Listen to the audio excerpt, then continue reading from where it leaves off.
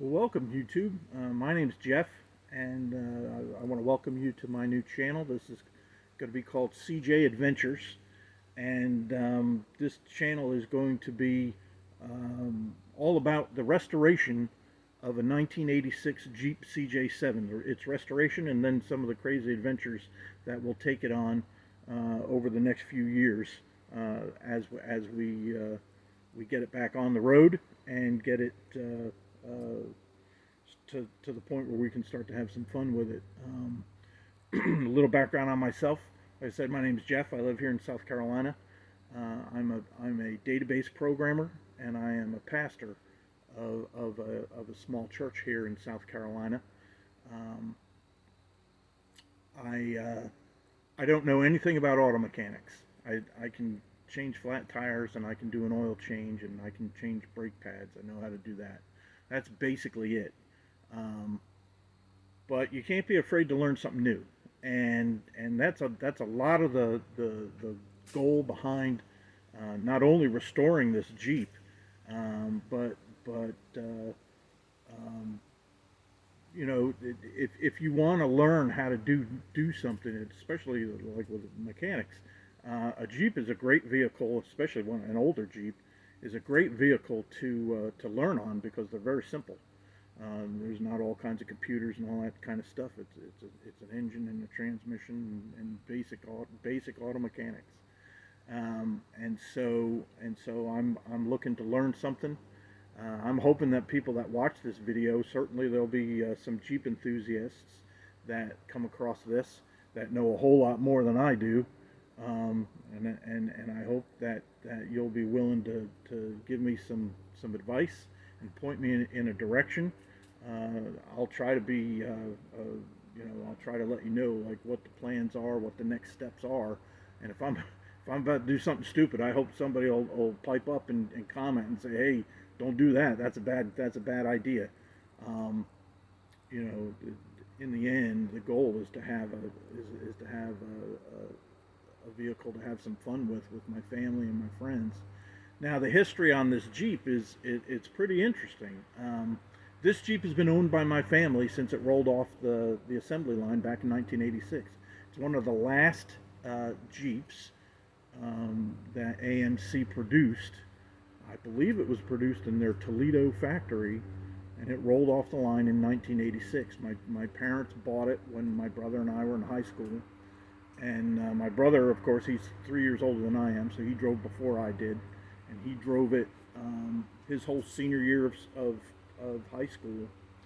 And then he went off to college, and the Jeep was basically, it was when he came home from college, he drove it because I still didn't have my license. And then I got my license right before my senior year of high school, so I drove it my whole senior year. And then after that, I went off to college. I went to college in Maine, and my brother, he came back. He was studying in Rhode Island for a while, for a year, and then he came back and he was studying in northern Jersey for a year. And when I went off to college, then he continued to drive the Jeep. He kept it, and he had it for a number of years. He drove it to work. It was his daily commuter, and eventually it started having some issues. Started having some mechanical issues and other things, and so at a certain point he put it into storage with the intent that he would fix it at a later date. Well, 26 years later, it was still in storage. And earlier this year, I went up to New Jersey to visit my family, and my brother and I were talking about the Jeep, and he decided that he was going to give it to me. And the promise that I made to him, and it's a promise that I fully intend to keep, is that I would restore the Jeep, I would get it back on the road, and it would remain in my family, and that I would never sell it, and that I wouldn't give it away, and that it would remain within the family. And I think it's a fairly rare occurrence these days that you'd find something like a vehicle like a Jeep that's remained in one family for well over 30 years, well over 30 years. and it's not running now. It doesn't work. It needs a lot of it's going to need a lot of work. It needs some engine work. It needs to have the entire brake system replaced. I'm going to replace the gas tank is okay. It's not all rusted out or anything, but certainly it's going to have to be cleaned out on the inside. And then of course I'll replace the fuel pump and filter and all the fuel lines and everything. Um, the motor should be in good shape. It's still got oil in it and all like that. It was garage kept for most of those years in storage. It was garage kept. So believe it or not, the tires are not dry rot. The 26 years it sat there, and the tires are fine. They're holding air. So they may have flat spots. We don't know yet. I mean, I intend to replace the tires, but it's amazing to me that they're not dry rot and that they won't hold air. So yeah, that's what the channel's about. Like I said, I'm a programmer by day. I'm a pastor of a small church, an associate pastor of a small church here in South Carolina, and I've always loved that Jeep, and I'm excited to get it back on the road. It's going to need it'll need a fair amount of body work, but that'll come later. The intent right now is to get all the mechanics going so that I can at least drive it.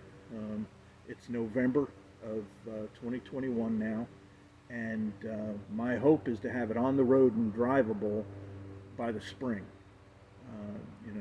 Now the nice thing here in South Carolina is we get good weather for most of the year. So I've got the Jeep in my garage now, and so I'll be able to work on it all winter long. And so the hope is that come the nice weather in the spring, we'll at least be able to get it out and take it for drives and whatnot, and then we'll start planning on the body work.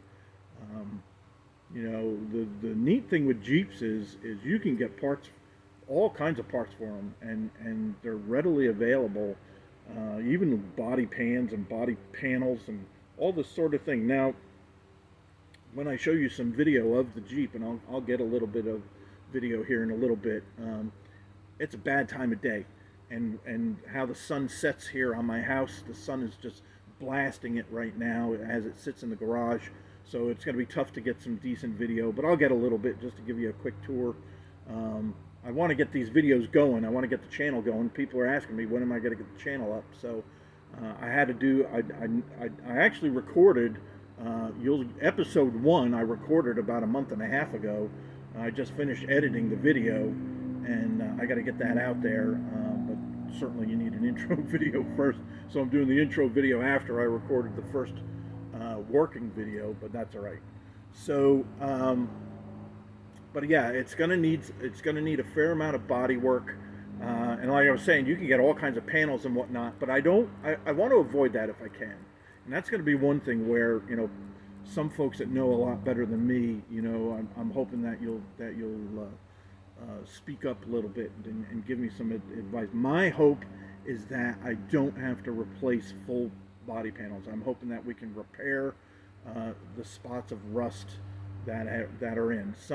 It's a lot of surface rust, so I think that certainly can be repaired. There's a few spots where it has rusted through, but again, it's original. The whole Jeep you'll see is original, and so I want to maintain as much of that as absolutely possible. We'll just have to see how that goes. But like I said, we're going to get all the mechanics done first. We're going to get it on the road. We're going to get it drivable, and then the body work and the paint work and everything will be done later. I will in the description of this channel, I'll put the specs for the Jeep in there. Some folks are going to be interested in that. It's a 1986 CJ7. It's a 4-speed. It's got the inline 6 engine. In the 90s,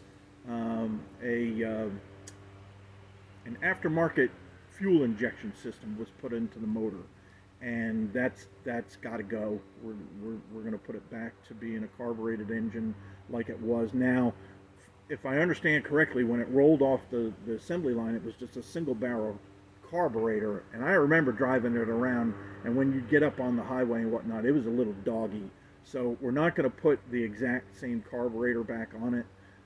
One of my brother's other Jeeps that he's going to do some more extensive engine work on. This one has an intake manifold that will bolt right up to this to the engine that is in the CJ7, and it has a 2-barrel carburetor, a 2-barrel Holly carburetor, and I think that's what we're going to put on the top of the motor. In fact, that is what we're going to put on the top of the motor. So that'll certainly be a little bit of an upgrade for the Jeep. That I think that'll be an improvement. I want to keep it as much original as possible, except for where it makes sense for an upgrade. So I think going to a 2-barrel carburetor is a sensible upgrade. When my brother had it, he put a 4-inch suspension lift on it, and I'm going to keep the suspension lift. There's no point in taking that off, and I like the way it looks lifted up a little bit. So we're going to keep that on it. Down here in South Carolina, we don't inspect vehicles, so the catalytic converter's coming out, and we're gonna straight pipe it, and we're gonna put on a somewhat loud muffler. So that'll be fun. When we first got it, it had a soft top. It only had a rag top and soft doors, and we drove that around even in the wintertime up in New Jersey. It was pretty cold. But since then, my brother acquired a hardtop and some hard doors. Originally, when I was going to get the Jeep, I thought, I'm getting rid of that. I want it to go back to a soft top. But now I kind of see the utility of having the hardtop and solid or hard doors. So I'm going to keep it, and then I'll fashion some system where I can take the top on and off without too much trouble. And we still do have the soft top. It's still up in New Jersey, so I need to get it and look at it to see if it's salvageable or not. If not, then I'll buy a new soft top for it, because certainly it'll be good to have a rag top down here in South Carolina. But it's nice to have the option to go back to the hard top as well. So that's kind of what I'm talking about, where I say I want to keep it as close to original as it was when we had it back in the day, but where it makes sense to have some upgrades, we're going to go with that too. I'm not so much of a purist that we have to get it exactly back the way it was back in the day. I'm going to replace all the brakes, new calipers, new drums, new master cylinder, all of it. That's just a safety thing. I'm going to be driving around with this thing with my wife in it, so I want it to be safe. So we're going to make sure that all that sort of stuff is brand new. I did capture a little bit of video footage when we got it out of storage, but the camera I was using was not great. This camera here is not great. This is my cell phone. I do have to invest in a good camera. I do have to invest in some better lighting, so when I'm working on the Jeep, you'll be able to see the video quality will be a little better. You'll see that in the first video when I release episode 1. You'll see the camera quality is not great, and the lighting quality is not great. I get it. For all the trolls that want to come on and bash me on the videos, I already know I need to invest in some video equipment and some lighting. I get it. But right now, the most important thing is to get all the funds going towards the Jeep. So I'm doing the video thing just kind of for fun, and so many people said, oh, we want to see how it comes along, and I figured, well, I'll do a YouTube channel. But I will invest in some camera equipment and some lighting, so that the quality of the videos is better. But that's going to be a little secondary. I've got to get this thing up off the ground and get the projects going forward. So yeah, I did you'll see the first video. You're going to see, like, some of the first videos are going to be like, Jeff, why are you working on these little projects why when the thing it doesn't run, the engine needs to be worked on, it needs a total brake system replacement, all the fuel system needs to be replaced. Why are you fooling around with ignition switches and lug nuts and silly things like this? Well, like I was telling you before, I'm a programmer by day, and in software development, one of the things that you'll see a lot of companies have moved towards is this idea of agile development. And so what Agile says is that you take a large project, a large amount of work, and you break it down into pieces that are manageable. And the idea is to succeed quickly or fail quickly. And so when you're developing a new website for a client, in the past, what it would do, the idea was that it was called waterfall development. You basically went from step 1 through step 400, and at the end of step 400, you show here's your new website, and they either loved it or they hated it, right? And if they hated it, then you had a ton of rework to make it so that they love it. Well, Agile combats that by saying you want to succeed and you want to fail quickly. So what can we do and get it in front of the client's eyes as fast as possible so they can say, I like that, I don't like this, I like that, I don't like this. And eventually it's more of a progressive way to complete a project. Well, this Jeep restoration is really the same idea. It's a huge project that I have to break down into small pieces. And you want to succeed quickly or fail quickly, right?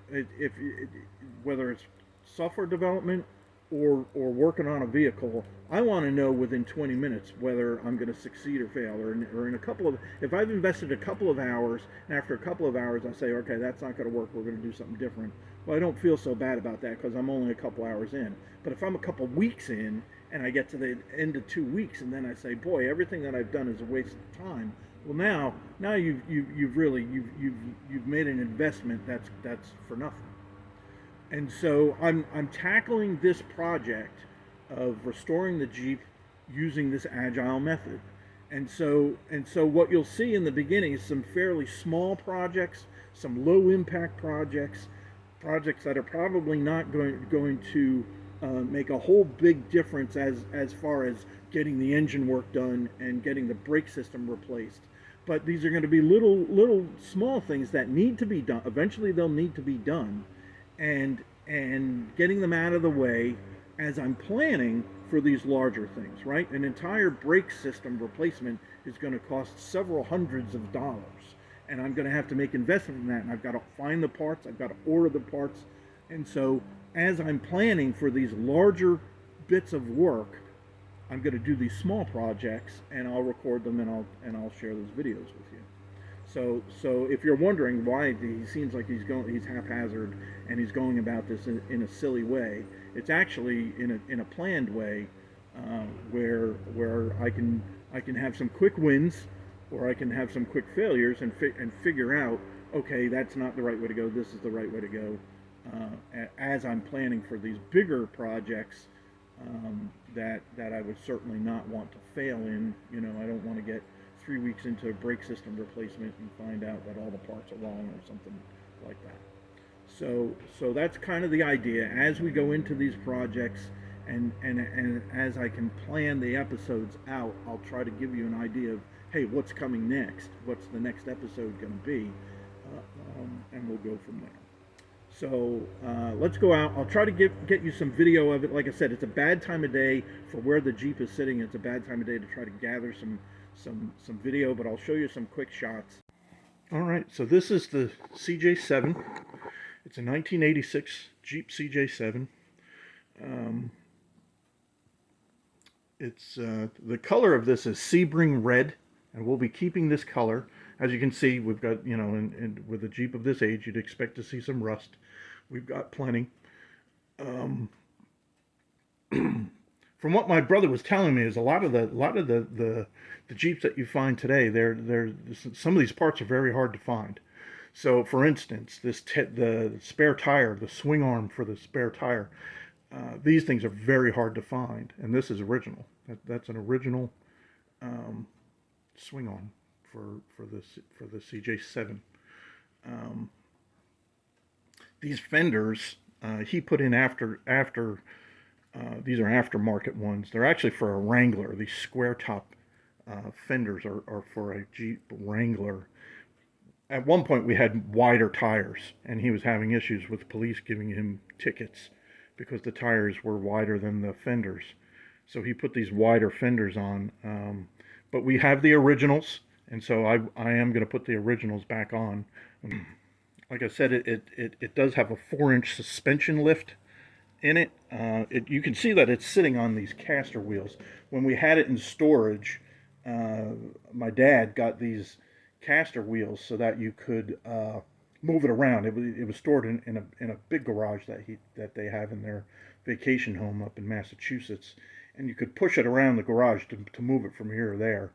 Um, I brought it when I brought it down here to South Carolina. I put it back on the caster wheels. But once I start working on the brakes and whatnot, I'll take it off the casters. One of the projects that I've already done, I didn't record any video, but you can see I put brand new lug nuts on it. And you say, well, why did you put brand new lug nuts, Jeff, when it doesn't even run? Well, one of the issues was that back in the 80s, everybody was worried about people stealing your rims, and so we had locking lug nuts. Right, this was a thing back then. You can still get them, but at any rate, it had locking lug nuts. Well, of course, the key to get the locking lug nuts off was lost, and so we had a heck of a time um, getting this one particular wheel. When we went to load the Jeep onto the trailer, we took it off of these casters, and we found that the brake on the driver's side rear tire here had engaged, and so the tire would not turn. It wouldn't move, and and so we had to get this wheel off. We had to get the wheel off so that we could disengage that brake, so that we could roll the Jeep up onto the trailer. And so tried all these different things, and then finally found a tool that would basically, it had a left-handed thread on it, and as it threaded itself onto the lug nut, it would grab a hold of it and loosen the lug nut. So I proceeded. Once I got the Jeep home. That was one of the projects that I did right away, was to get all the rest of those locking lug nuts off, because eventually I've got to be able to take these wheels on and off to get the brake system replaced, and I didn't want to have to fight with locking lug nuts when I was good and ready to work on the brake system. So again, that's the whole agile method, right? Quick wins, quick failures. That was a quick win. Now, when I'm ready to work on the brake system, I don't have to worry about those goofy lock and lug nuts and having to get them off of the Jeep, because I've already got rid of them. So yeah, unfortunately, it's how the sun is. The sun is just setting, so it's in the garage. So the video, I will grab some more video of the Jeep when the sun is down, or in one morning, for a better intro to it for you. But you can see here that the seats, these are original seats with the embossed CJ. Now the driver's side seat, I've got a cover on it right now. It's got a tear, like right here where the small of your back is, and a tear here on the seat where you're sitting. And I believe I found a place not far from where I live that can repair that. I've got to take some pictures of that. I'm going to go over there. I'm going to take that seat cover off, and I'm going to try to get some pictures through this video. I have to send them a picture, and then they will give me a quote. But the goal is to not lose the embossed CJ on the seat. That's original. I don't. That's a detail that I don't want to lose. Same thing when you go, like if I had to replace body panels, that Jeep sign right there, you don't see that, and I don't want to lose that. I don't want to lose that kind of detail off the original truck. Let me go over there, and so I can get a picture of the tears in that seat. All right, so here we are. This is the driver's seat. Again, there's the same embossed. I'm hoping that they can fix that damage right there. I thought that, yeah, here it is. Here's a tear. It's got a tear here from where you're getting in and out. I'm hoping that they can fix this without without losing the detail, because that's really cool. You don't see that. Uh, Hold on a second. I'll show you the back. That's original. And that's in really good shape. It's in basically been pristine shape. Um, you don't find those very often. Those are really hard to find. Really hard to find. That's an original one. But you can see here's some of the rust.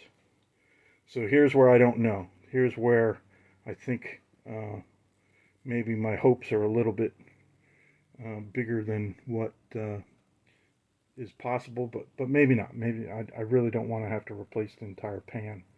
I want to save as much of the Jeep as we can. You'll say to me, why is the hood brown when the rest of the Jeep is red? Well, this is not the original hood. The original hood, we still have it. It's up in New Jersey. It got damaged pretty bad. It's got a really big dent in it. And my brother wants to have that repaired before I get it. So he bought this hood off of somebody that had a Jeep that was on the side of the road. That's actually a CJ7 Jeep hood.